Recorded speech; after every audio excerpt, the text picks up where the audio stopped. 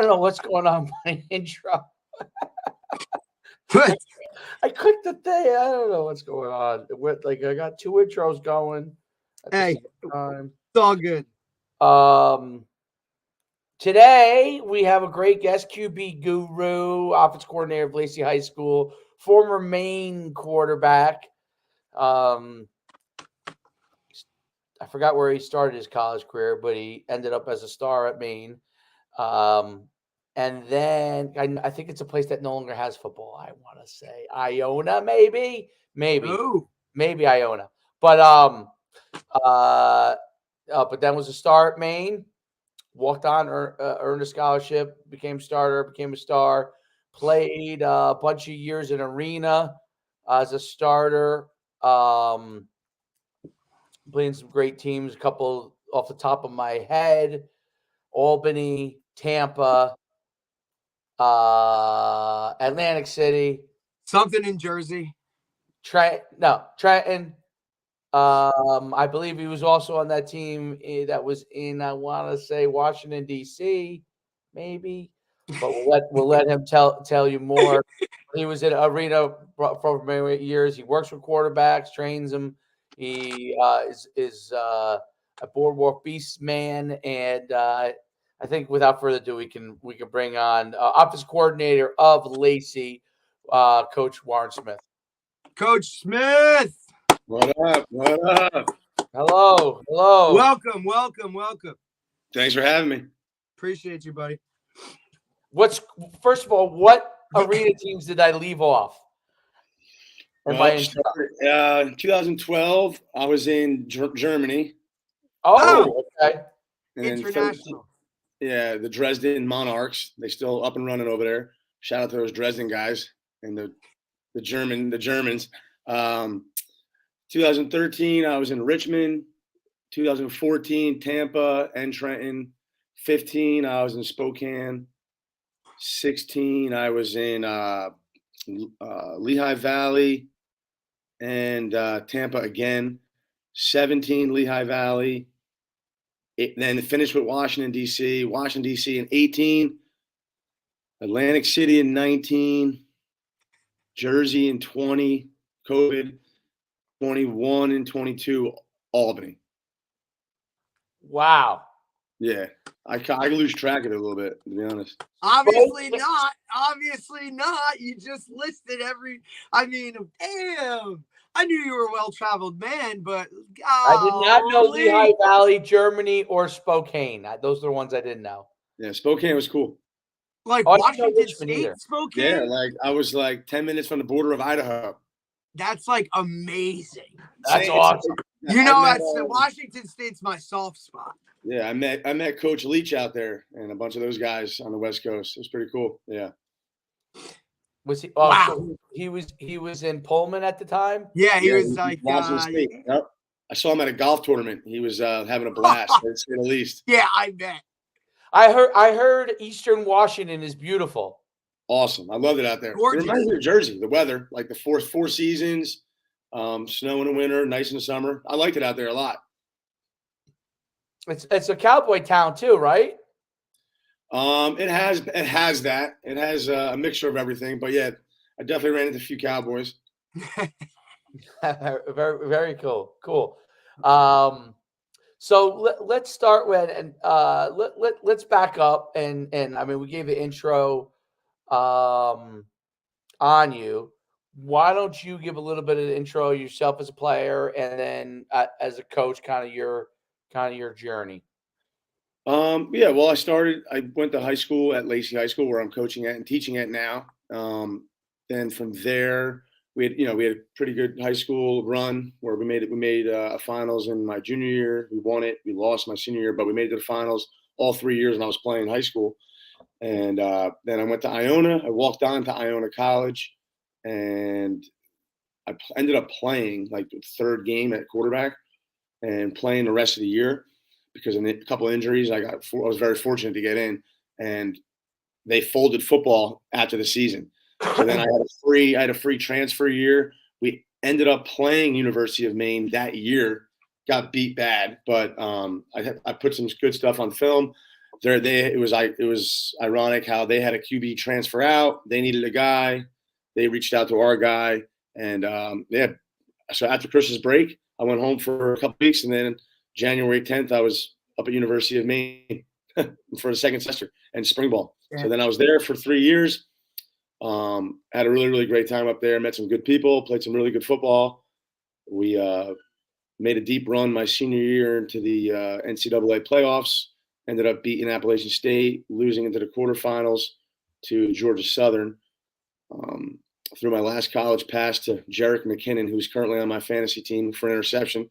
Nice. Fortunately, yeah, he was playing DB back in the day. But then, one of my coaches from Maine told me about the GFL and the German Football League, and I, went through the whole pro day process. Had a couple of CFL looks, never really a chance in the NFL. Back then, I think I just missed, like, they wanted at that time 6'3" prototypical, and I just missed that 6 foot where that was acceptable. And whatever, didn't work out, but all worked out for a reason. And went over to Germany, had a great season out there with those guys, great experience. But I wanted to coach. That was my goal. I wanted to coach. So I came back from Germany, finished out my degree at Maine, helped out as like a student coach, and then still wanted to play though. So arena football kind of checked all the boxes for me because I got to play in the spring and the summertime. And then once the football season was over in arena, I got right into coaching. So I coached at Kane University in 2013 for a year with Coach Dan Garrett, and great guy, great program. I talk to those guys still to this day. And then started playing arena football. So arena football in the spring. Then I finally got a job at Lacey. Then I've been coaching at Lacey since. So calling the offense now, but just finished playing. Last year was my last year. I didn't play this year, obviously. So I've been playing for a bunch of years in arena, coaching for a bunch now, and I kind of like that whole schedule I had going. But now I got a little more free time, but gonna end Not that for quickly long, bro. January. I know. So yeah, Not for long. I know. So expect it in January. It becomes free time because that is your free time. Correct. So, but yeah, that's pretty, like, first of all, wild and awesome career as far as playing wise, and obviously coaching. Okay, quick quiz question before we get into it. In your opinion, besides yourself, who is the greatest player in Lacey history? Well, the most dominant player at that time would probably be Keith Elias. Went to Princeton, had a stint in the NFL. But I've seen some good players come through, and I always refer back to Sean McAndrew, who was my receiver and defensive back, first team All-State, with Will Hill, played corner. He's our basketball coach here at Lacey. He was one of the best players I've seen. Kept him in the building. Oh, yeah. But yeah, I would say the most dominant player I've seen come through Lacey, besides myself. I wasn't even dominant in high school. I hand the ball off, played corner. I didn't do anything. But yeah, definitely Keith Elias. He had, the numbers he had, the games he's had. He had 400-yard games, like, once in a generation back. Would love to have him playing tonight. Oh yeah. Well, especially you guys run the ball, right? So that he could. Right now we're like 70-30. Here's my question: would he be a running back in today's game, or would he be a slot receiver? No, he'd be a tailback for us. Yeah. Well, for you, right? He was thick. He was. Yeah. No, thick. I mean, I didn't really see him like catch the ball or anything like that. So I don't know how his hands were and how his route running ability was, but I mean. He could probably do anything. I mean, he could probably play free safety too. I know Coach V. Oh, I'm sure he probably could do that. Coach There's V no doubt that he could. Yeah, there's no doubt he could play like strong safety, roll up in the box, or do something Coach like V that. I had met him a couple times. Yeah, Coach V talked about it, that he would like only play on big downs on defense, like third down, he'll go in. Like I'll go in and pick off a pass. Yeah. So I'll give you a Keith. This is a Keith Elias story.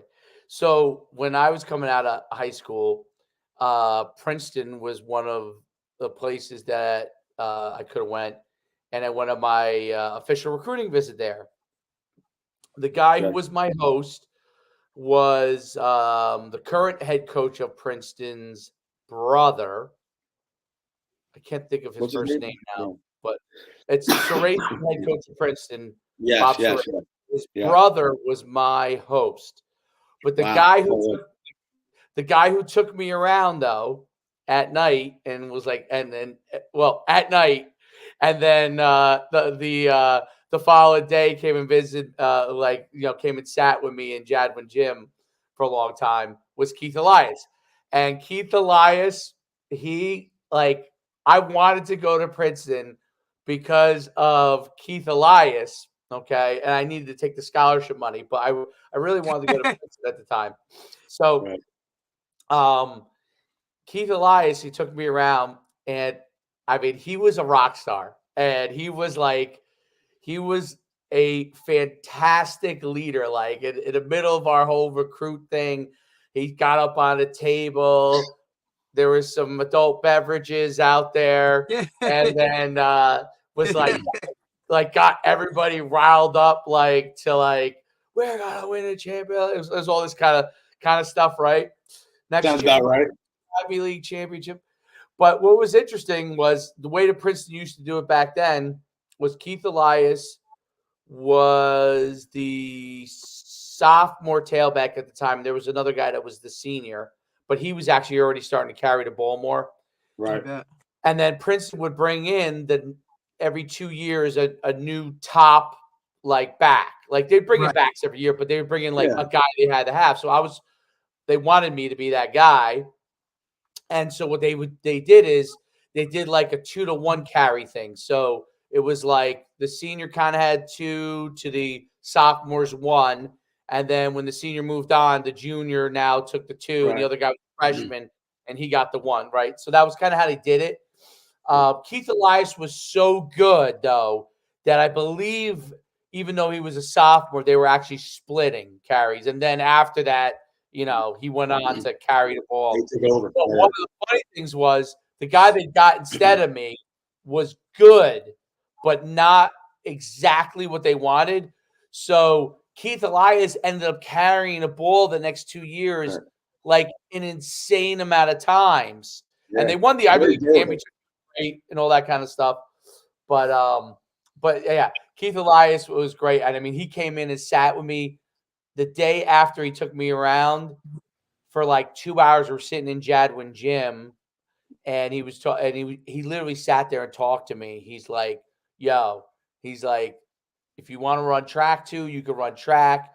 He's like, they allowed that too, huh? That's cool. Well, if you were one of the kind of the guys that they wanted to have, they he was allowed. He ran track like his freshman year, and then I think he stopped. Like he just focused on football. But he said, if you want to do it, like if you're one of the top guys, you're going to be able to do. Like, listen, academically, I was good, but my SAT, that's a different level. Well, my SAT scores at the were 1080. Yeah, and that's not getting, But yeah, that's like borderline. You get into Patriot League with that. You know what I mean? That's what I was trying to get into, but I went different.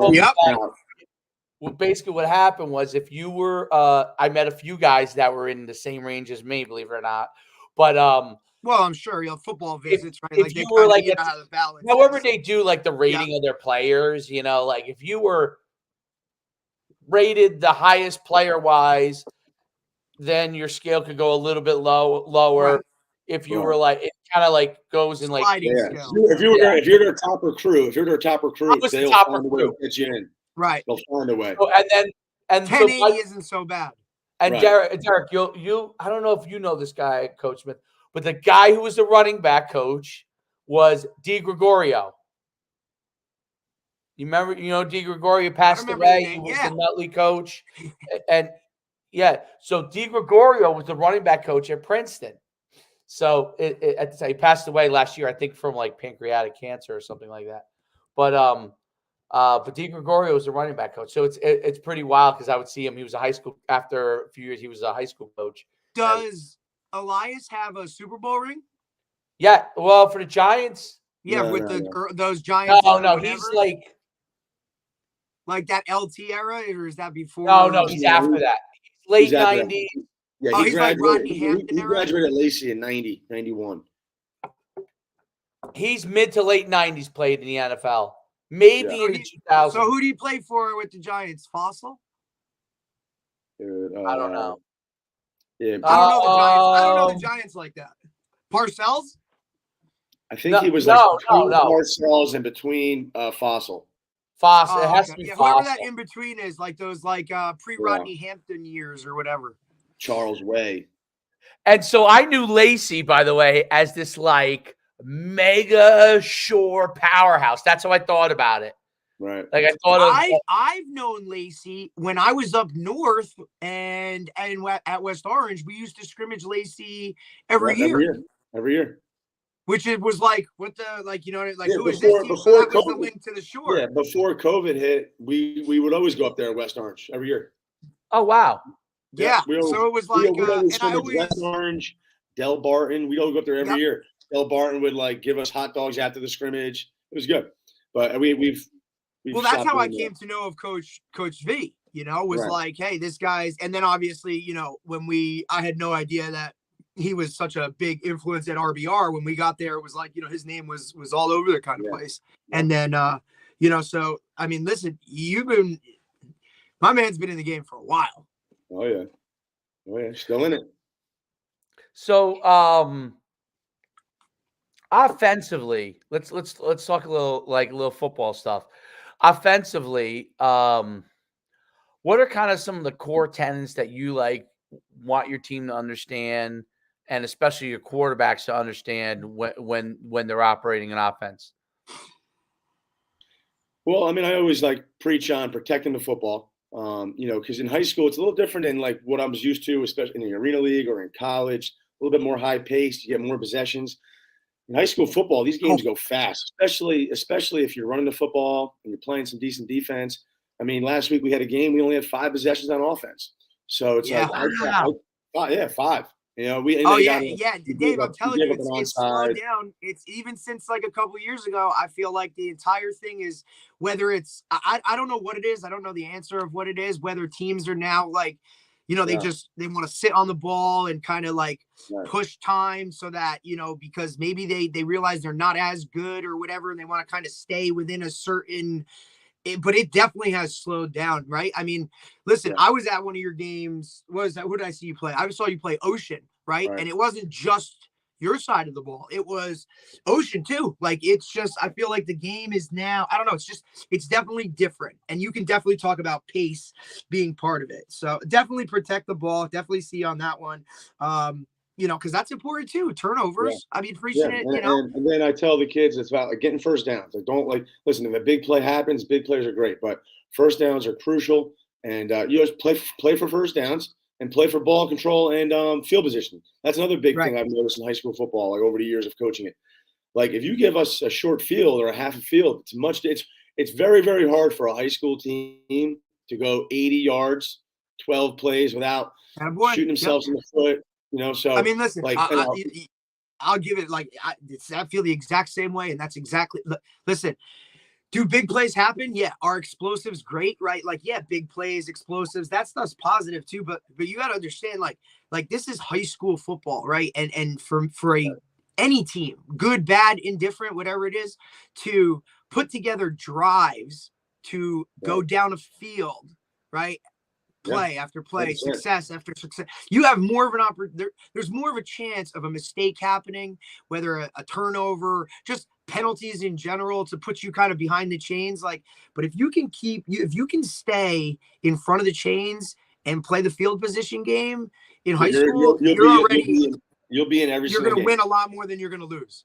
You will be in every single game, and I got to tell them, so of course, I played arena football. I played in the spread offense in college. I love throwing the football, coaching 7-on-7. But I tell my high school quarterbacks, listen, if you can throw 3-step, sprint game, a little bit of waggle, and a couple screens, and an occasional downtown shot, and if you can be efficient with that, you can play high school football. You could be a really good high school quarterback, and that's where our guys at right now.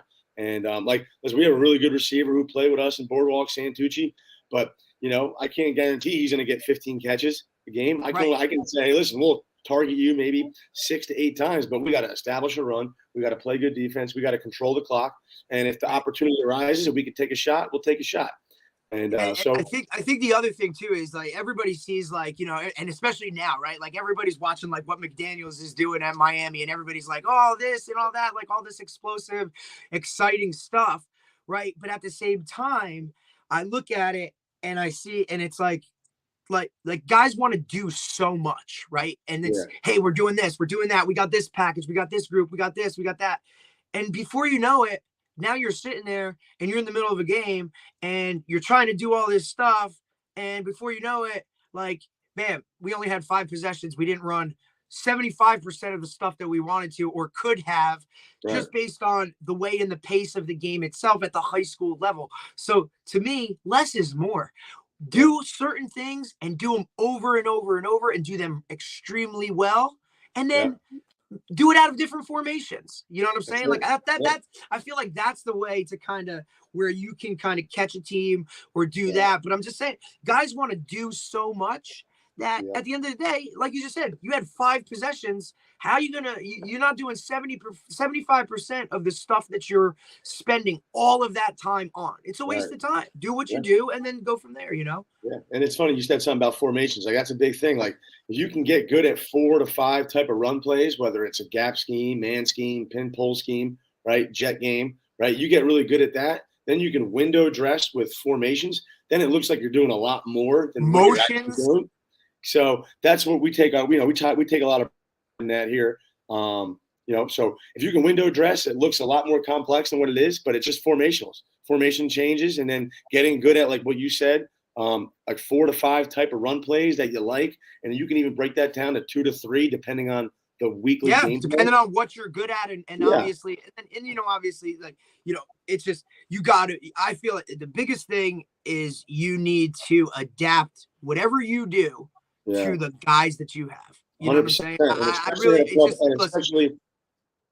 Especially at a public school, at a public school, you're dealt the hand. You got to play the hand you're dealt.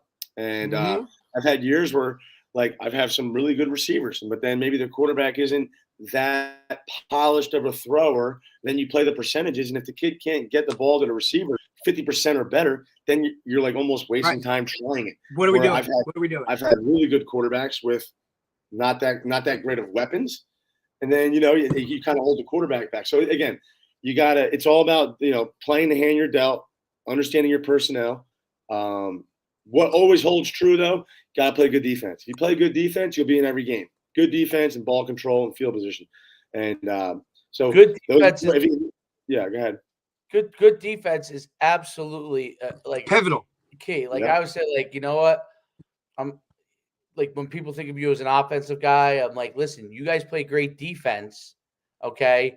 We'll figure out how to score. Okay. If you can't play defense, there's no magic for us, you know, scoring over and over again if we can't stop anybody. It just gets challenging. It just gets challenging because you get down a couple of possessions, then you sort of have to become one-dimensional. And then that defense that you're playing, that defense that you're playing knows the situation you're in. Then they play kind of more of a prevent type of defense. So, yeah, I mean, it all starts with that. It all starts with, you know, playing good defense, field position, and then that's where the playing field becomes even. As soon as you get yourself in a hole, it's hard to dig yourself out. So, especially in high school, when time's going like that, and you get 6 to 8 possessions a game. Well, that's where I like what you said, window dressing, right? So motions and formations, you could do so much with motions and formations and still run the same plays, right? Yep. And think about it. Making them look different though. And what does the defensive coordinator have to do? He says, "Oh my goodness, okay." And a lot of in high school, formation them and motion them, even if you run the same plays, they think you're running different stuff. But it's really it's just challenging challenging for a defense to align right. And if the defense isn't aligned now, I right, have to take the time in practice to go over this formation, that formation, hey, when he does this, you got to do this, and then if he does, this goes against our rules, so now we got to line up like. Well, there's just not that much time, and we're talking about high school kids. You know what I'm Right. saying? Like, hey, And you want to line up in this and then kids- trade, right? Like, you Yeah. want to work trade. Oh, now I got adjust my front. I got to go here. Yeah. What are we Yeah, doing? half of your kids are going both ways. So it's like you got to spend. It's not like you're getting 2.5 hours like you do in college on one side of the ball where you can go over blitz pickup, you can go Right. over screen game. Like you got to slice it up every day. But knowing that you're only getting an hour and 5 minutes of offense one day and 45 minutes of offense the next day because you're getting because your best players are going both ways and they got to. And then today, hey, today this guy's not in practice because he's got to go see the doctor for his ankle, and then hey, this guy might not play, so this he's guy's getting his license today. Yeah. Oh yeah. I gotta get my license, and it's Friday the 13th, boy. Woo! Well, as long as they don't take off for their birthday. Oh no, the best one. Hey, coach, I gotta get a haircut. Seen that. I gotta get a haircut. I won't be at practice today. What, if any, things are you taking from what you learned in? The arena game to me is fascinating. So because if you look at the NFL now and even college, a lot of the stuff you were doing at arena is infiltrated NFL, college, obviously with the multi-tagging game. I mean, arena tags everything, right? But everything. And you know who I learned that from? Mr. Stafford. Mr. Stafford, right? So arena tags everything, and or 90% of it. But the tagging and the motions, even though the motion is different in arena, what are some of the things that you're able to bring from what you did in arena? Some of the, I call it really advanced passing scheme stuff. Okay, that now you see everywhere. But how are you able to take some of that stuff and bring it to what you do in with your high school team? And are you able to do that? Well, I mean, here's the thing. In arena football, it's like a fast break offense, but it's usually always 3-step drop. So again, I'm big. I'm really, really big into 3-step passing game. Like what arena does, scheme or high percentage of it's like an extension of a run game type of thing where I expect my quarterback to throw hitch 95% completion percentage at least, and that's like our biggest route in arena: hitch, stop, quick out. So I think like the arena game makes you get the ball out on time, and the ball. You only have 3 linemen. The outdoor game, the game slows down a little bit for you in the outdoor because you have a little bit more time. But if you can develop a 3-step package where with high percentage. Maybe screen on one side, 3-step on the other.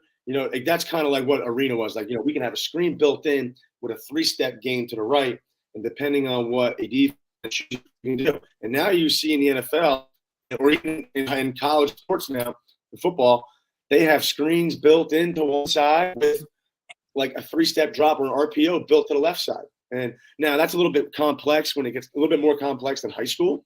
But you can dabble with it. And again, I think the biggest thing is the 3-step game and getting the ball out and getting high percentage, stretching defenses horizontally, which then ultimately will help you run the football in between the tackles. And as we know in high school football, if you can run the football, you're probably run the football and play defense.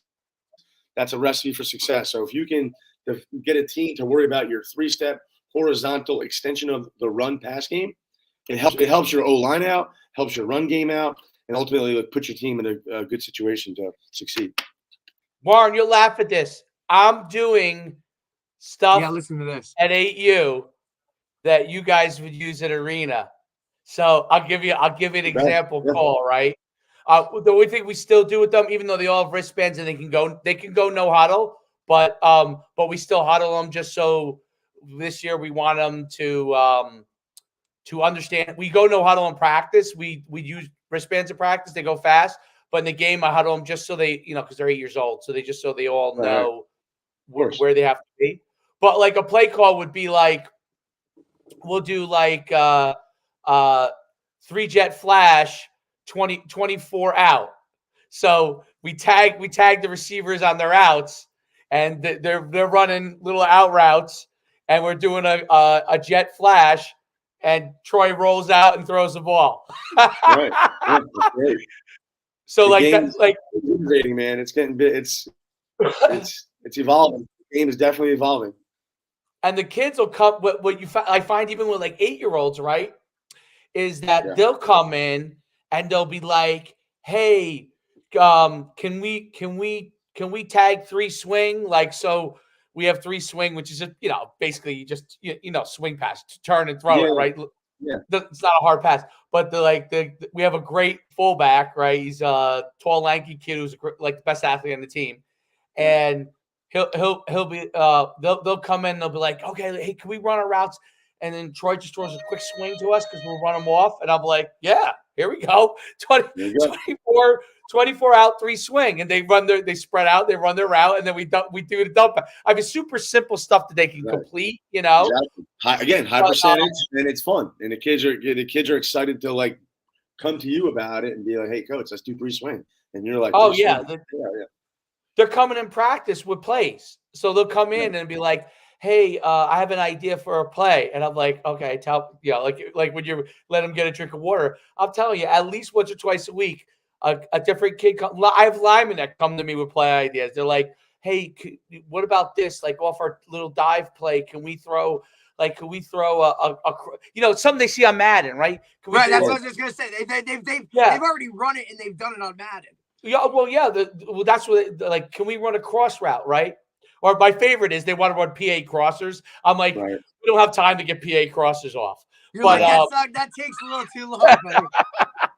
But it's great to see, like, when you teach kids those things, and that's why I asked about the indoor game principles, because with tagging and stuff, even the style of offense you run, which is run heavy, right? Yeah. You're able to bring those principles to them and make it more exciting, right? Even though you're still kind of primarily run heavy, right? You're able to make it exciting so the receivers are more engaged, and when they get their opportunities, they're more engaged. Yeah, I mean, like my goal with like calling an offense, especially playing in the tri-state where you're dealing with weather, like weather, the cold, like that kind of, you got to be able to go under center, because you're going to get 2 to 3 games a year where you're in downpour rain, and the shotgun snap isn't going to be as high percentage. So you got to be able to start from under center. That's why when I train my quarterbacks, I always start under center, because a lot of these kids are sitting a gun. And they've never gone under center in their life. They never got under center. So what I try to do is try to be on offense like 65, 35. I usually end up being more 70, 30.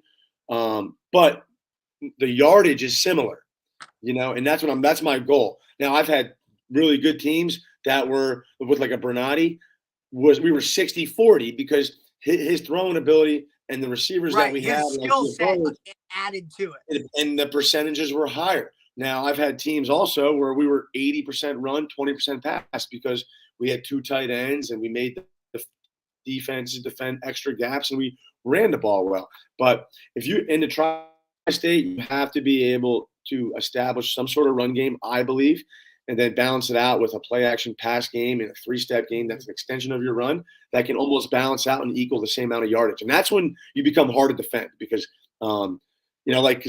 defensive guys they will, and the best ones do, but they don't want to defend everything. They want to say, all right, this is what they do most of the time, and this is what we're going to stop. If they're going to beat us, that guy's going to beat you. But if you can get high percentage with your run and your pass and your screen game and your gadget type plays, you become hard to defend.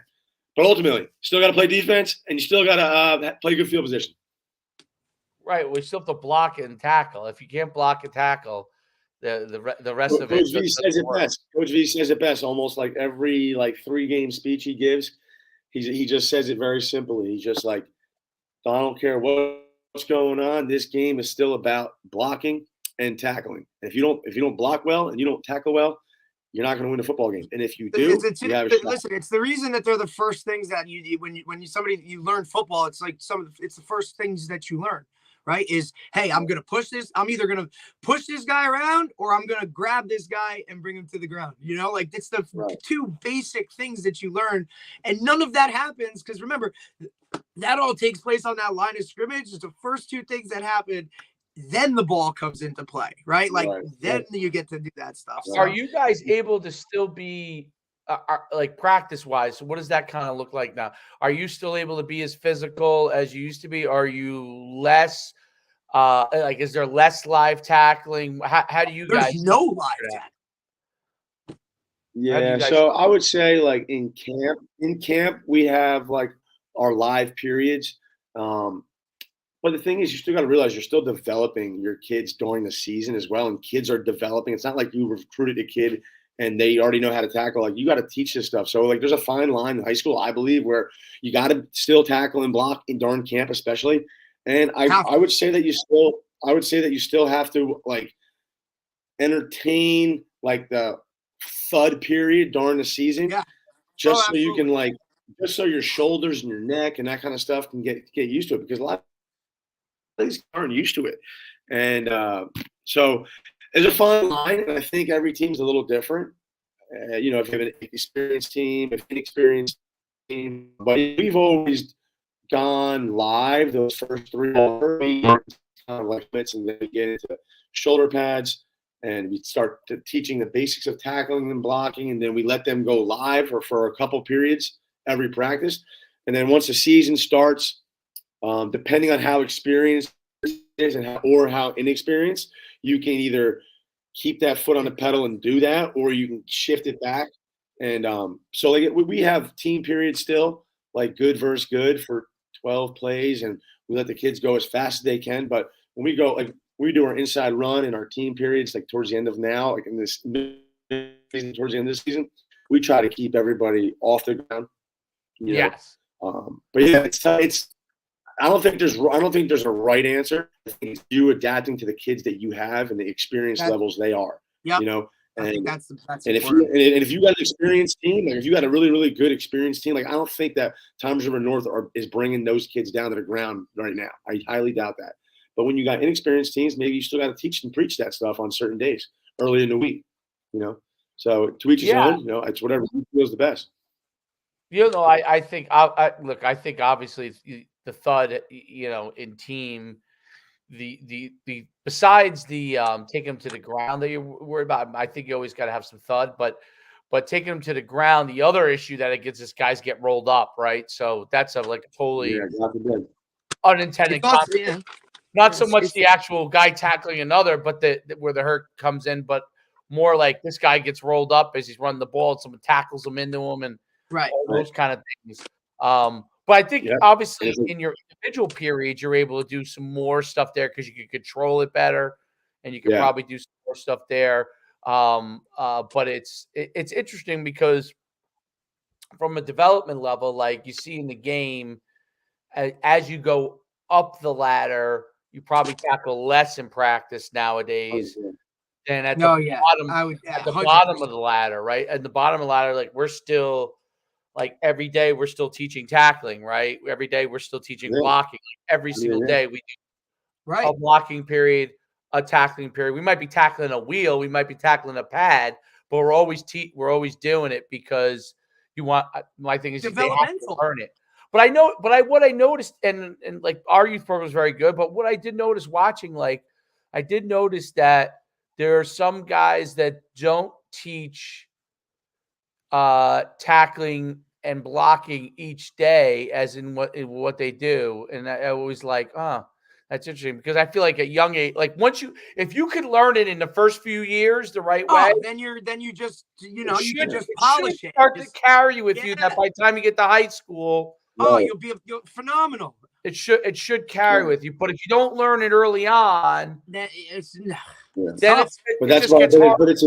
That's why it's super important for these youth coaches to understand that. But some of these youth coaches are so excited to get out there and coach their kid, and they're like, oh, well, I saw that on television. Let's do that. You can't, like, it's great that you're like thinking down the road for that kind of stuff. But like you said, with that at that level, it comes down to blocking and tackling.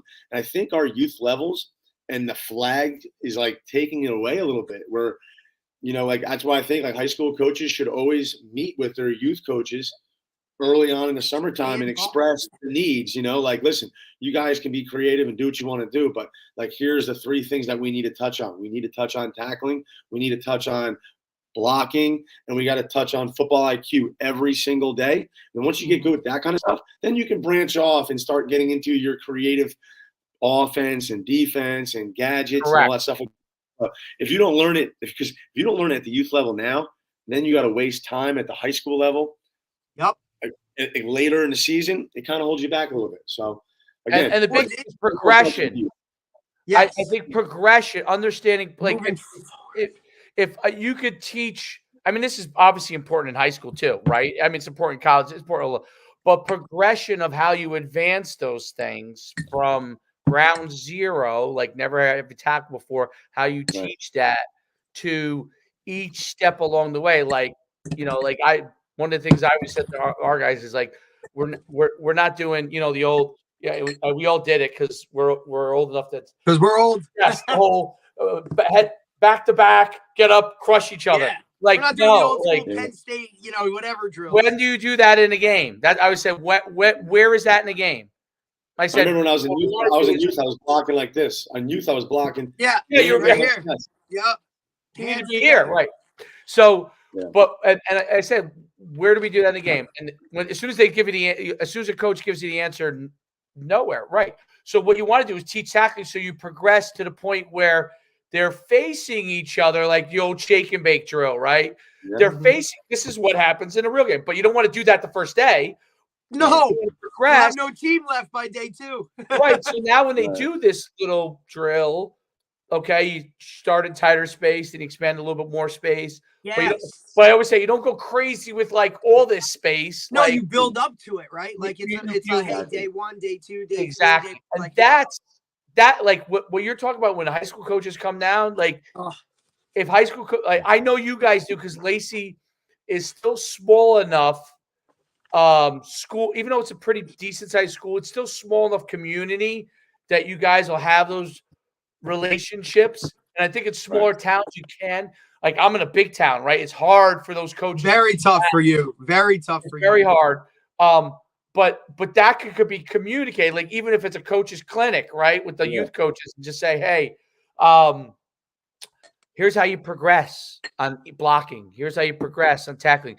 Here's how you progress on football IQ, right? Like, here's what holes are, Right.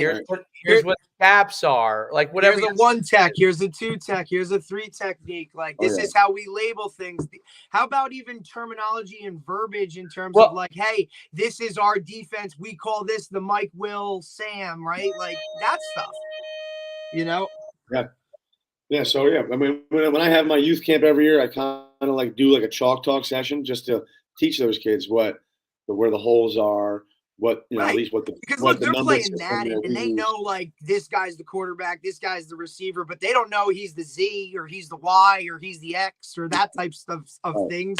Now, look, I don't think you need to get incredibly crazy, and then.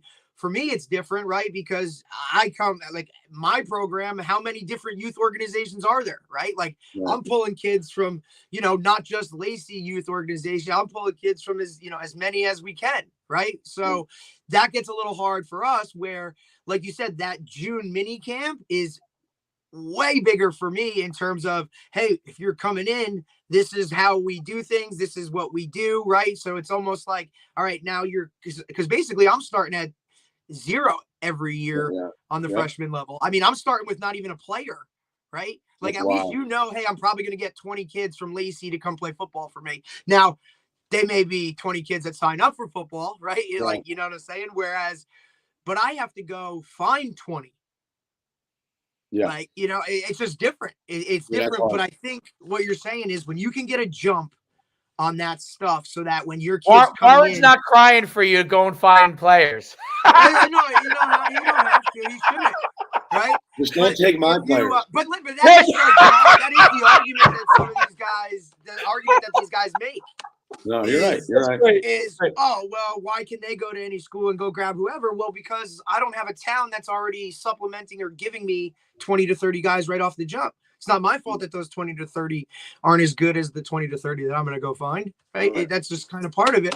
But it's also that when the best programs I've seen are the ones that get involved in their youth program using their verbiage, their terminology. You also want to know those, like, I can remember growing up in town and looking up to high school coaches in terms of like, wow, if we can do what they do, right, that'll be great. And then when those guys would come down and talk to us, like, it just gave you a sense of something different.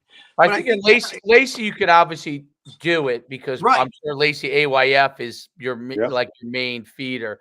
Like, for example, where we are now, yours is tough, Dave, because your town, that town. So there's 2 AYFs. And one of them is direct feeder for South, but ours, believe it or not, the one that I'm in, half the kids can go to South and the other half can go to North, right? So it's like you're not going to put in any particular system. No. Because they're going to go to one. If they go to one place, it's going to be one system. If they go to another place, it's going to be something else. It's going to be a different system. So, but the thing that you talked about is the fundamentals, the progression. That's where I think the high school coaches make a huge impact. The IQ of the game, like things that young kids want to know, right? Like. Those are big deals, and but still make it fun too. It can't just be like, it can't be like just boring. Like, you got to make it fun. And these kids, they're on their social media, they're seeing their TikToks, they're seeing what the NFL guys are doing. So you got to like have a sprinkle of it all. But again, making sure they understand the basic fundamentals like IQ, blocking, tackling, and making it fun at the same token. That's where you build something special. Do you guys do anything like at the high school level, like, I don't know, players of the week within your group? Do you do stickers? Yeah, we do. So obviously there's the Shore Savage page, and they do all that good stuff for the kids, which is awesome. I feel like our kids, all they care about is Shore Savages, and I'm like, hey, let's just worry about what we got to do, and if everything works out, you might get on it. You'll be on there. Right. So, but yeah, we do pride stickers. We do and we only give them out when we win, which it's an incentive, obviously. But we give it out for like pancake blocks. We give it out for touchdown passes, perfect extra point team, defense pitching a shutout. When the offense scores, everyone on the offense gets one. Coach Stupiello, one of our defensive guys, special team guy, he does a great job with it, man. He has it all mapped out, talks to the kids, like everyone claps and cheers. Kids walk up, you put a sticker on the helmet. Like when you do that, it should be something. Now, we did it last year. We're not doing it this year. The helmet awards or whatever. Now, but you can be like Ohio State and give them out for like everything. I love so that your helmet's covered. I know you're like. I'm an award guy. I am like helmet awards. I did it at high school. I do it with the little guys. The only thing I add in this with the little guys is that I give them. You ready for this? I don't know if you ever heard of these things. Teeny, you know what teeny mates are? These little, so it's little NFL football players. It'll be like, and they probably love it. Tyreek Hill, like the kids who are the players of the week each week. I give out like 5 or 6 of them, and they get, they're collectible. Like it'll be like, it's random. Tyreek Hill, or I give out football cards, a football card pack. They probably love that stuff. And oh my God, they go nuts. This week, my Amazon order didn't come in on time. I have to give it to them after the last game. But they were going nuts because I didn't do the awards this week. I said, after the game, you guys do great. We'll give everyone an award. Yeah, our last game. It's our last game coming up. But I found that it's amazing how high school kids, just with the pride stickers, right? How they respond to those things as an incentive to win, to have a completion percentage that they should have, to throw a touchdown, to run for a touchdown, to block, to get a big play. It's amazing how far that goes. These kids run off the field after they have a pancake. I'm getting a sticker. I had a pancake. I mean, think about it. It was the same thing a couple years ago, right? When they did the turnover chains and all that kind of shit. Like those guys, like any incentive. And listen, we're looking at these guys they're high school kids, but bro, there's still kids out there playing a game who want to have some fun with it. You know what I mean? Absolutely. I mean, the days of, I feel like that, you got to give them something, and they love it, which is crazy. It's awesome. I love it. Yeah. Yep. I remember when I was in Germany. When I was in Germany, they had the big hit of the game. The big hit. The local restaurant would give out free schnitzel. It's like a chicken, whatever. Really? So, like, our linebackers was running down, just headhunting people, waiting for the coaches vote. So you get a schnitzel. And so, like, these guys are getting depleted. And on Tuesday morning when we're having our meeting, they're like, and the schnitzel winner is, and it's like, and they give it to the kid, and then they go and they get free food at this restaurant, free schnitzel, whatever it was. And I obviously never got it because I never hit anybody, but I would always go with the guys, and it's pretty cool. Like, they were always excited about it. But yeah, just back to what we were saying, the whole pride sticker thing and the turnover chain. Kids look forward to that. So you got to be able to, like, have sort of incentives for the guys to play their best, but also don't get carried away with it where you're losing where it sight. takes away from what you're trying. Yeah, you don't want to lose sight on the ultimate team goal. You know what I mean? So, and that's why I do like you only give it out when they win, right? I think that's right. Yep. Same thing. Yeah, only when you win. So now it's like, it doesn't matter if you don't win. If you don't win, you're not getting anything. At the end of the day, that's great. That's great. You made a great play. I'm glad you had an interception. Good thing you had 2 touchdowns. But you know what? We lost the game, so it doesn't really matter. I don't want to hold you up too much because you probably have a gym class coming up soon that you're going to have to teach. Before I let you go, first of all, what's your Twitter and anything like that if anybody ever wants to reach out to you? So my Twitter handle is, let me double check it. It's or Instagram or whatever this thing is. So yeah, my Twitter handle, I'll type it into the thing here. Hold on. So it's at. We got to know where to find you. Yeah, well, I'm always here. Well, I know that's Twitter handle, Warren Smith 8, and the Instagram, which I like to do. Right, you're an Instagram guy. Yep.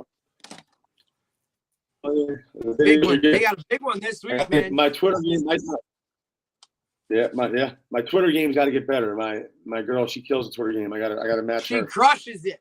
Your girl crushes the Twitter game, dude. It's probably why she has such good players. Right, and that would be the Instagram. WTS. That's it. Yeah.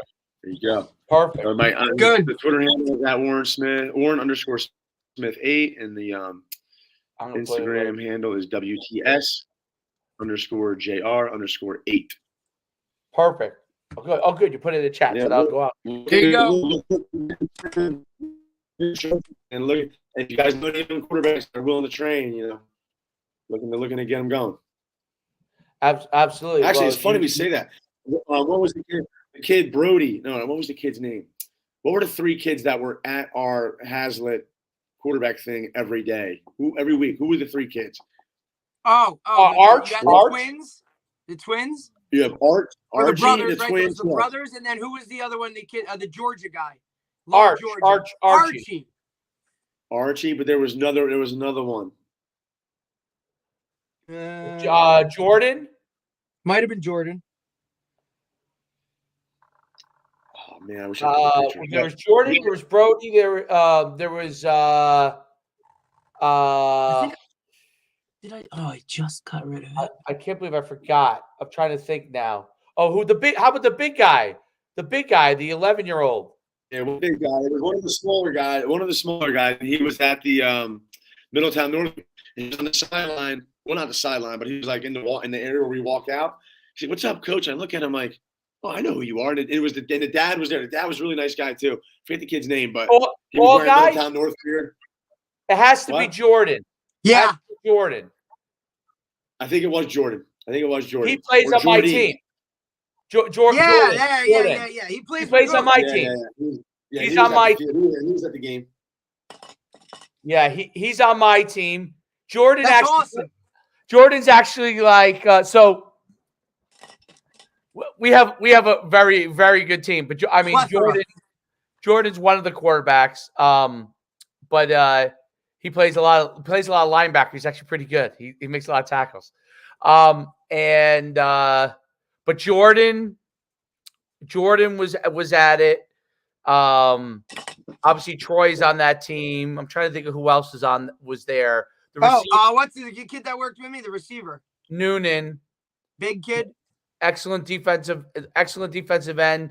We have to use him at center though in our team because we're in shotgun. He's a excellent shotgun snap. So that's big. But yeah, I mean, what's that? Yeah, that's Jordan on the left. That's Jordan. That's Jordan. The middle. The kid in the middle. I can't tell from that angle who it is. That's not Archie, right? No, that's not Archie. Oh gosh, I can't tell who that is. I know. I can't think of. I can't tell who that. Like I can see the face clearly, but like it's not clear enough. Like I know Jordan because I see him every day. So, I see Jordan every single day, so I know. Awesome too, though, Jordy. This guy in the George, red. great kid. George's tough kid. But yeah, like listen, if yeah, the one in the Mason is Mason. Troy and Jordan are on 8U. Mason is the quarterback or one of the quarterbacks on 7U. Yes. Okay. Yeah, it was awesome. They were cool. Yeah. Mason's the quarterback on 7U. He probably would have been in the North game too, because I think Jordan and Mason would go to North. I'm pretty sure. Yeah. Well, we know if they go there, they're gonna have the opportunity to throw the ball. Well, North, Bush, man, North Jersey. He throws the ball, Bush. He likes North Jersey guy. He likes to throw it. Okay, you have Brick Memorial tonight? Did we lose him? Yeah.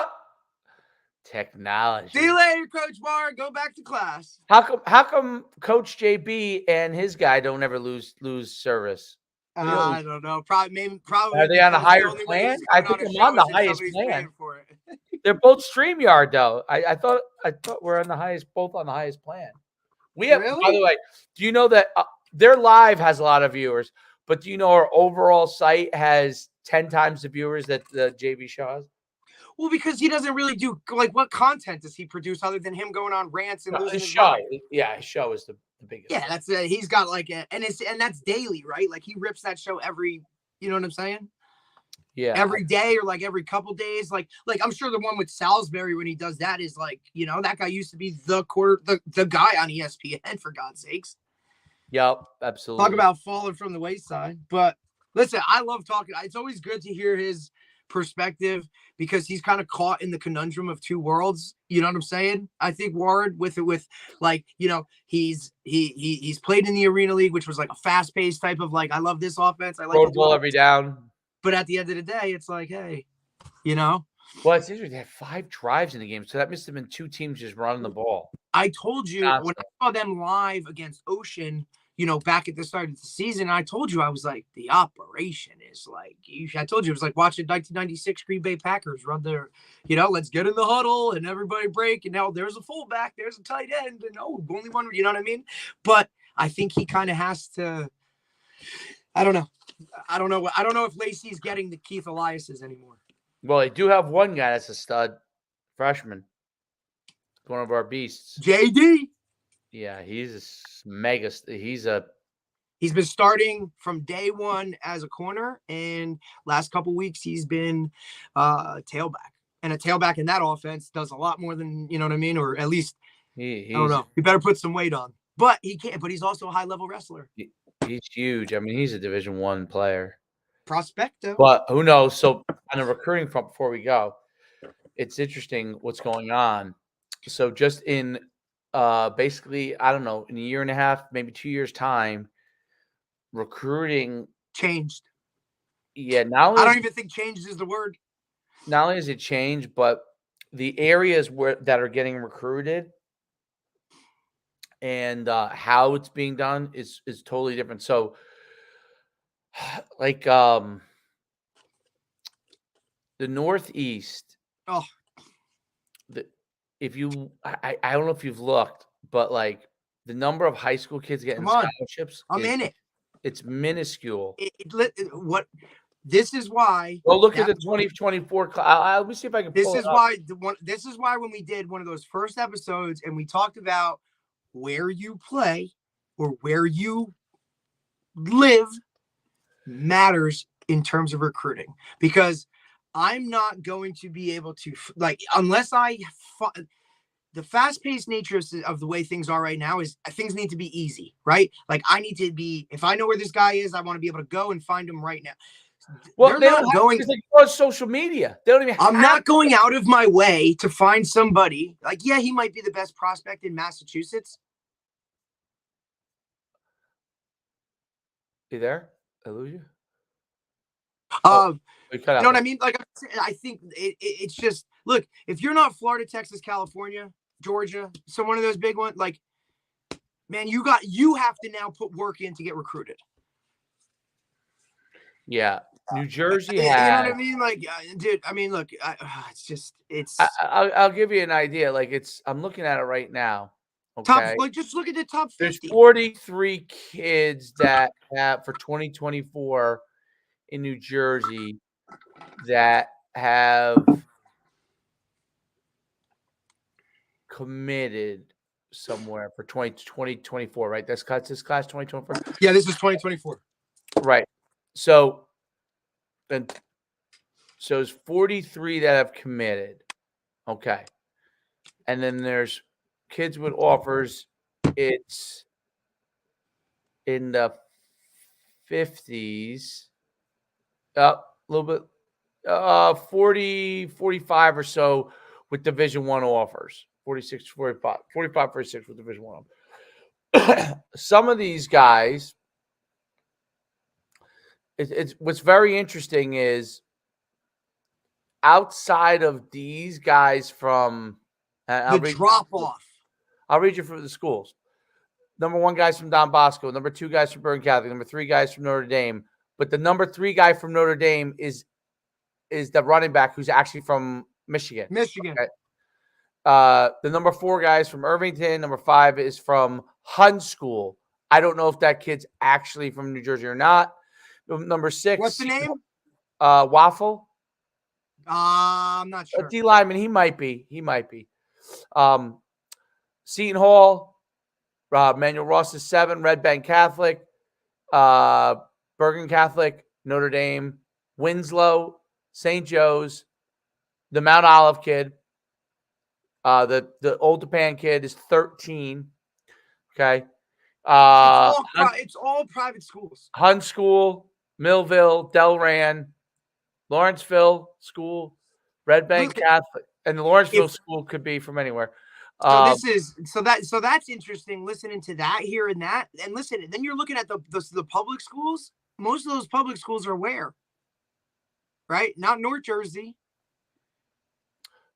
No, they're outside of North Jersey. Other than Old Japan and Mount Olive.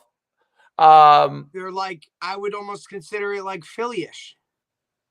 It is Philly-ish because, like, remember we played Next Level Greats, and they had, but they were like East Side Next Level Greats. You know, Willie Love is number 21. That's their. Oh yeah, Camden. He's one of the top. He's like one of the few that hasn't verbal. Right. He hasn't. You're right. He hasn't. Right. He's one of the few that has not. 22 is Bergen Catholic kid. 23 is Tom's River, which is Micah. 24 Paramus Catholic. 25 Shabazz kid. That's North Jersey. Probably a former St. Peter's kid. Is that Massey? No, it's Pruitt is the kid. Oh, he's a former. So he came from. He was Pope John. He was he was St. Peter's. St. Peter's. So there you go. So he just There's a Patterson East Side kid. That kid was very good. I watched him on the film. Don Bosco kid, West Orange PCT kid. The kid died. He's a stud. A Rutherford kid, tight end. That kid's actually a stud. Big kid. We talked about that. The Dye brothers, right? Or PCT. Yep. Trevon and Todd. Union City kid, Another there you Irvington go. kid. Park Ridge has a lineman. Yep, going to UConn. Another Camden kid, Tom's River, which is Tarig, but I'm not sure. He could have. He's screwed up a little I don't bit. know if he's. I don't know if he. I don't know what his deal is. Yeah, it's not good. I know that from what I've heard, it's not good. St. Peter's, Timber Creek, Timber Creek. also south. Paramus Catholic, Pope John Dietrich, the QB. Irvington, Irvington has 3 kids. Irvington easy has 3. Number 41, which is Irvington. Okay, kid, Eric Lee. He's going to UNH. So after him, there's 2 guys, DeLuca from Hunt School going to Temple, and Rodriguez from Hillside going to UConn.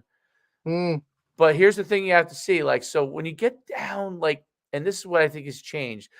The prep kids going to Stanford, but outside of once you start to get to like 38 is UMass, 39 is UMass, 40 is Temple, 41 is UNH, 42 is Temple, 43 is UConn, right? And then after that, there are guys that have offers that haven't committed, or maybe those offers aren't even there anymore because they didn't commit. You know, I know that's what happened to Tariq. There's a few of these guys that I think that's the case. So I heard,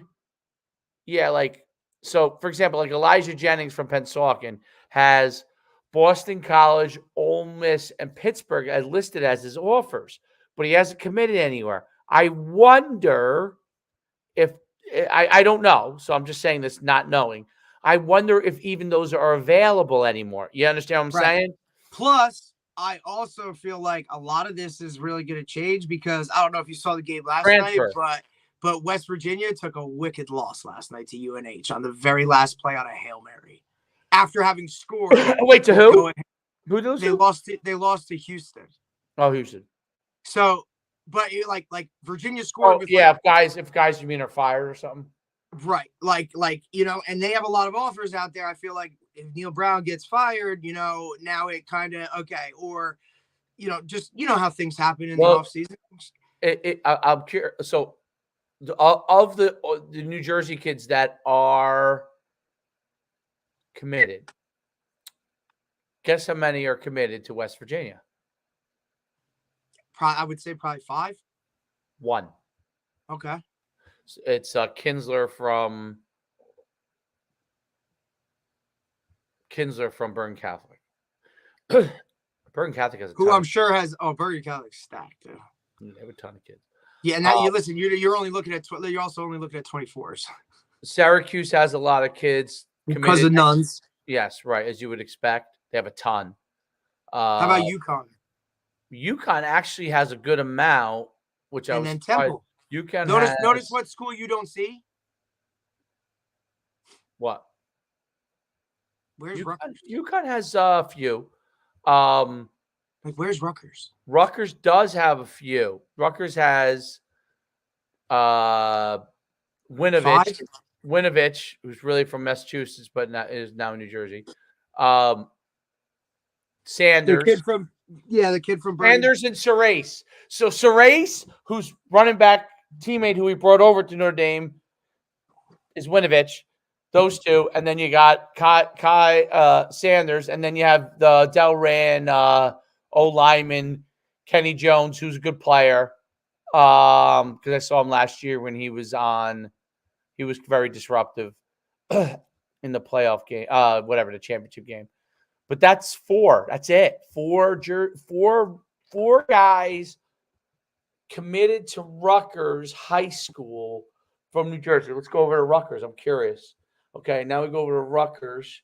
They do have 23 commits. So Rutgers has 23 commits, only 4 from New Jersey. That's interesting. I don't know what to say to is that good? I don't know if that's good, bad, or what. I don't know if it's good, bad, or indifferent. I'm not sure. I mean, he's having a pretty good year so far, but they're going to play the tough part of the schedule coming up. They're playing Michigan State this weekend, and I really feel like with all the craziness that's going on there, they're ripe for the picking. Are they going to take advantage of it? I don't know anything about either team, right? I've watched a couple games. I don't know whatever, but they're playing Michigan State this weekend. And I feel like even though Michigan State is what it is, if you get like that win, that's probably a big win for them, right? Well, Like, let's use Rutgers as a good example of this, right? Let's say, so I would, my guess, I mean, I have to look at history here.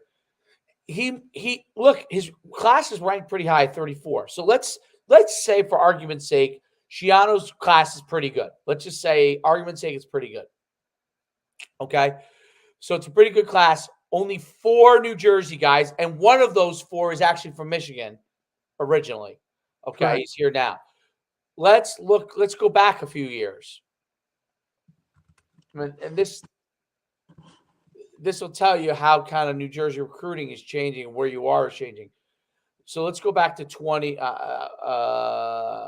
I don't know if 2020 is a fair thing because of that's what I was just gonna say. I don't know if 2020 works because of the COVID. Let me go. Maybe go a little earlier now. Maybe go like 2019. Let's go 2019 before COVID.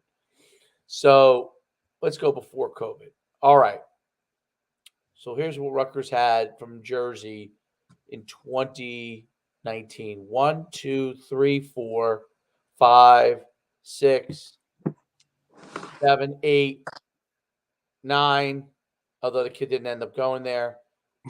And transfers, they have 10, 11, 12, 13. 13 Jersey guys in that class.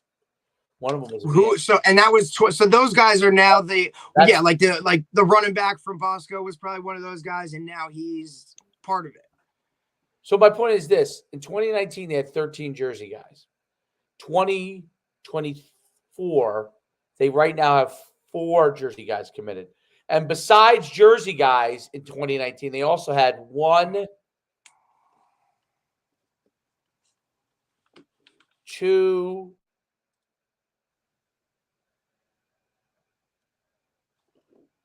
2 New Yorkers. So that's 15. That's what I was just gonna ask that.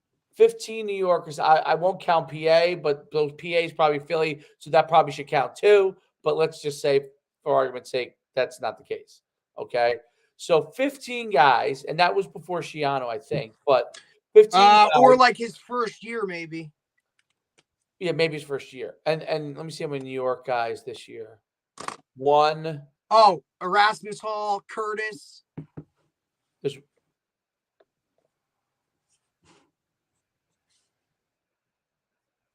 Yeah, 1 Erasmus Hall kid. I thought which is something that's gone down because that was huge. I remember like a couple classes had a bunch of New York guys. 2 because they have Duff. So 2.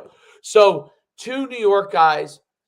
So that makes 6. So 15 compared to 6. That's a big difference. Now, here's my question, right? Like, is it because they're better Chianos thinks better players are outside of it? Or is he pulling from the portal? Well, even in 2019, there was, of those kids, 6 or 7 of them were that were 3 of the Jersey kids were from the portal. So see, that's I don't. I mean, here's my thing. What's the level of talent? It's got, you know what I mean? Like, what's the level of talent for that year? Right? Was there better guys that just weren't in Jersey? You know. What's another school? I mean, listen. Here's another look. The kid from Matawan, offensive lineman, defensive lineman, just got a Michigan offer yesterday, which now gives him Michigan and Georgia plus something else. Is he really right? good? He's. I watched him play basketball last year, and I was like, oh, okay. And he didn't have anything yet. Like, he's right up there with Jalen Matthews and those other guys that are big time. And now, so let's look at Sarah. But I think Pitt is the one that's coming in crushing people right now. Pitt only had a couple guys. I mean, they got Willis. It wasn't it wasn't as big enough. Right? What's his name? The kid from RBC's going there, Bruton. I think that's it. So let me see. Hold on, I'll tell you in a second. Michigan does well because Partridge. Yeah, they're only going to take 1 or 2 kids. Right, they're going to take They're going to take the top, one of the tops, and let them be done. All right, here we go. Would you say Pitt? Willis and Bruton. That's it. Willis and Bruton. Temple, I bet, has a lot. They Temple's probably pull all those Southern Jersey cats. I think Temple's going to recruit Jersey. They took 3, I think, or 3 or 4. Syracuse has a lot. You know who else? You know who I think like you don't see? Oh. Penn State. Penn State has. Didn't Penn State used to clean up Jersey? They don't feel it's as hot a place anymore. Torrey. That's what I'm saying. That why am I going to recruit that? Like, there's no need. I don't see Brian Cushing coming out anymore. One guy from Penn State. So Stanford, there's a couple because of what's his name, the connection with. How about Boston College? There's not that many. Because it's now, that may not have anything to do with. That may not have as much to do with not recruiting Jersey as maybe it has to do with the fact that they're struggling a little bit. You think? What about Maryland? Yeah. Well, Boston College, one guy committed to Boston College. How about UConn? How many UConn have? UConn's a few. I saw it 1, 2. 1, 2. I thought I saw 3, but I'm not seeing it now. UConn. I know the Park Ridge kid's going there. Rodriguez, the Park Ridge kid. 2. Nothing. Syracuse has a bunch. And that's obviously we all know. UMass has 2. But if you think about it, let's go back a few years, okay? Like to when New Jersey probably had 50-something scholarships when I was in high school, okay? But obviously UNH is FCS, and they have a pull the kids number 41. UConn and UMass were FCS, okay? Like now they're listed as FBS, but like it's not like the talent is that much better. So it's just a team that's moved into the lower level of Division I. I mean, UMass is pulling the 38th best player. Like that would have been maybe a Rutgers kid or easily. My thing is like I feel like they're not the top schools other than the very best kids. The number 1 kid or something like that, number 2 kid. They're going down. I feel like they're going down. So I'm curious about Pennsylvania because Pennsylvania to me is like everybody wants to go south. Pennsylvania has a lot of Philly kids, which is you get some speed, and then you're going to have some size in like the rural areas. All right, so right. Pennsylvania looks very different, very, very different. I'm looking at theirs. They usually have more scholarships. They have 63, okay? And I think Pennsylvania's been able to hold more of it because it's right. With stability, James Franklin, like he's a good. It's near Ohio, too. It's near Ohio, right? Yes, Ohio as well. Bigger football area. On the New Jersey side, you still have that Southern Jersey, Philly. So here's I'm going to read you. This is how many kids are going to Penn State from Pennsylvania. 1, 2, 3, 4, 5, 6, 7, 8. You're going to make yourself sick. It's in their top 63. It's 8. Okay. That's most of the top kids. Going where they should be going. Pitt, obviously a handful. West Virginia, a few. But here's what's interesting. Any Maryland? Not really many Maryland. I'll read you 1 through 20 what they have. So 1 through 20 is Penn State, Wisconsin, Alabama, Penn State, West Virginia, Penn State, Notre Dame, Penn State, Pitt, Cincy, USC, Michigan State, Michigan, Pitt, Wisconsin. But it's like that all the way down, right? So you go, oh no, there is Maryland, 48, 40, 44, 48, 49, 52, Maryland. But you look at it, your top 10 is all Penn State. Yeah, see, New Jersey. The best guys in Pennsylvania go to their state school. Top 10. Look, New Jersey, top 10. How many of those guys are going to Rutgers? 7 of 10 are going to Penn State. 7 of the top 10, Penn State. Now, so go to New Jersey. Are 7 of our 10 going to Rutgers? Well, my question is, does Rutgers want 7 of our 10? I don't know. I'm not sure. Are those seven better than? Are those 7 better than? You know what I mean? Like, so I'll read. Here's our top 10: Georgia, Rutgers, Penn State, Michigan, Ohio State, Stanford, Rutgers, Texas A&M.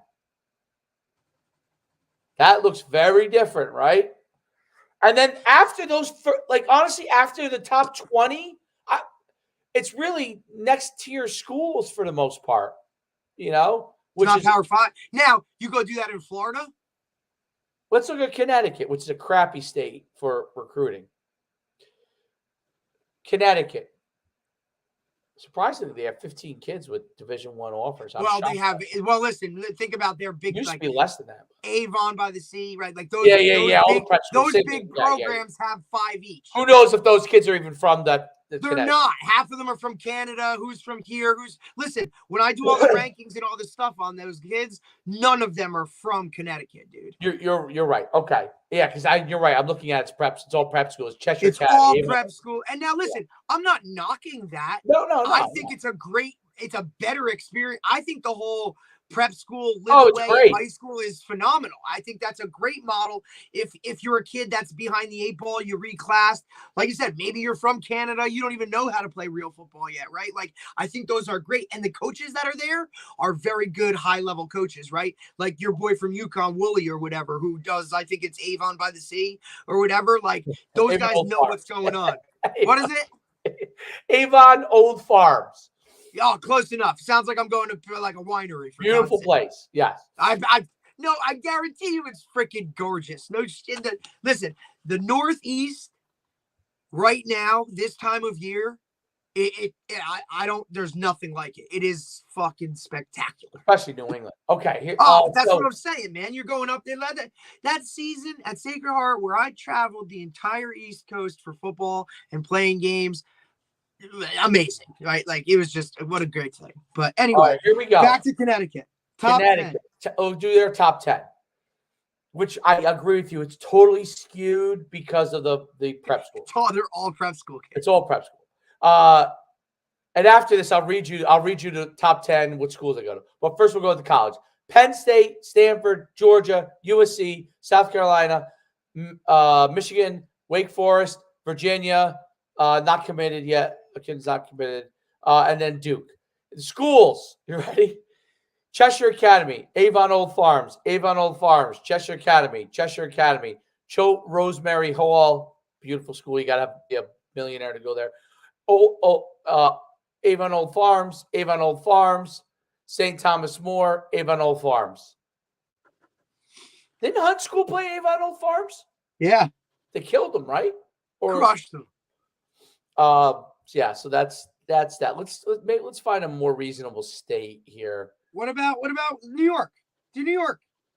New York. I'm curious if New York is affected like New Jersey. New York is always so interesting because you have the state, you have the city, right? And I just think those two are literally totally separate entities. I'm actually working on one of my buddies to come on the podcast, coaches in the city, and has coached in the city. And his son right now is currently at Wagner doing some things as a quarterback as a freshman. So I'm trying to get him on in a couple weeks, and he can kind of talk about, the New York football, which is, I don't know, I think a little different. Like, whenever you're trying to play one of those guys out of state, it has to be in September. They cannot start in August. Like, there's a lot of more restrictions, I feel like, up there. I'll tell you what's interesting. Syracuse is crushing Rutgers in New Jersey. Nunzio. It has to be Nunzio. And then my question is, are they recruiting the same guys? That's the only thing I don't know. But that's a very good question. I like that. Well, listen, I know.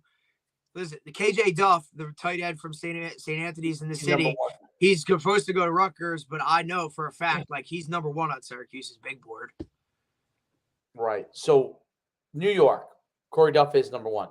Rutgers. Is he really? He's the number 1 player? Yeah, number one. That's Rutgers, Georgia, Penn State, not committed. A kid is 4. That's interesting. Michigan State, Rutgers, Minnesota. What? Yeah. PJ Fleck? Yeah. And then That guy must like acronyms. And Wisconsin. Wisconsin always falls Northeast. Minnesota, 2 Minnesota guys, and then Syracuse is 10. That's the 10th kid. They only here's what's crazy. There's only 15 kids. There's not even a 20 with D1 offers from New York. So that kind of goes to my theory. Like New York, New Jersey is not as heavily recruited. Obviously, New Jersey's better than New York, but not as heavily recruited. Can you look at Massachusetts? I bet you, yeah, because I don't think there's as many prep schools there. No, but you do have. I mean, and I don't know what, like, when we talked to Corey, I'm not sure what's like how that school. I mean, look, I know they went down to Florida, got smoked, but that's not Massachusetts. It's hard to judge. You know what I mean? Massachusetts has as many Division I kids as New York, which is shocking. 15, but still awful. Don Brown cleaning up. Notre Dame, Penn State, Pittsburgh, Michigan State, UConn is the 5th guy, Duke, BC, Virginia, Vanderbilt, BC. Smart kids. 2 BCs. BC's did not clean up in Massachusetts, which is shocking. And no UMass. No UMass at all. I don't know what is going on there. Maybe Don Brown isn't. That's not his jive. Let's go to Delaware. Oh, this has got to be all like West Virginia. Wow, there's only 3. Only 3. Yeah, and does it do any play for our boy? Yeah, 2 of the 3. I tried to get him on. He's too into season right now. Syracuse, Temple, JMU. JMU, the best one out of all of them. Probably wins the most out of all of them. Delaware does not have many Division I players. Yeah, but how about the University of Delaware doesn't take that JMU guy? Well, they don't. 24/7 is not going to list University of Delaware. They're gonna. It's only FBS. They'll list them after, but they're not going to list them until signing it. Gotcha. Maryland has 53. Is Maryland? Oh yeah, Maryland. Think about it. Maryland's right up there. I think Maryland's top 10 state. Used to be less than New Jersey, but it's past New Jersey. Oh, it's gone. It's run. Hell yeah. All right, the first guy hasn't committed. He must have every offer. Where does he go? He goes to. I never heard of the school, Concordia Prep. I don't know what that is. Then it's Oregon, Wisconsin, Florida, Clemson, Michigan, Virginia Tech, Penn State, Maryland, Florida State. Wow. Think of the level these guys are. They're all Power 5 guys. It's like that all the way. It's like that. Well, that's all Maryland. the way. We're talking that Maryland is a hotbed. It's like that all the way until basically like 50. I mean, that's a big difference. That's phenomenal. A shift. To me, that's a shift. Absolutely. All right. To see Maryland like that. Let's do a fun state top 10 that's like smaller, big. Let's do Mississippi. Small, a lot of Division I, but smaller state. All right, let's do their top 10. You ready? This is kind of fun. Florida, Ole Miss, not committed.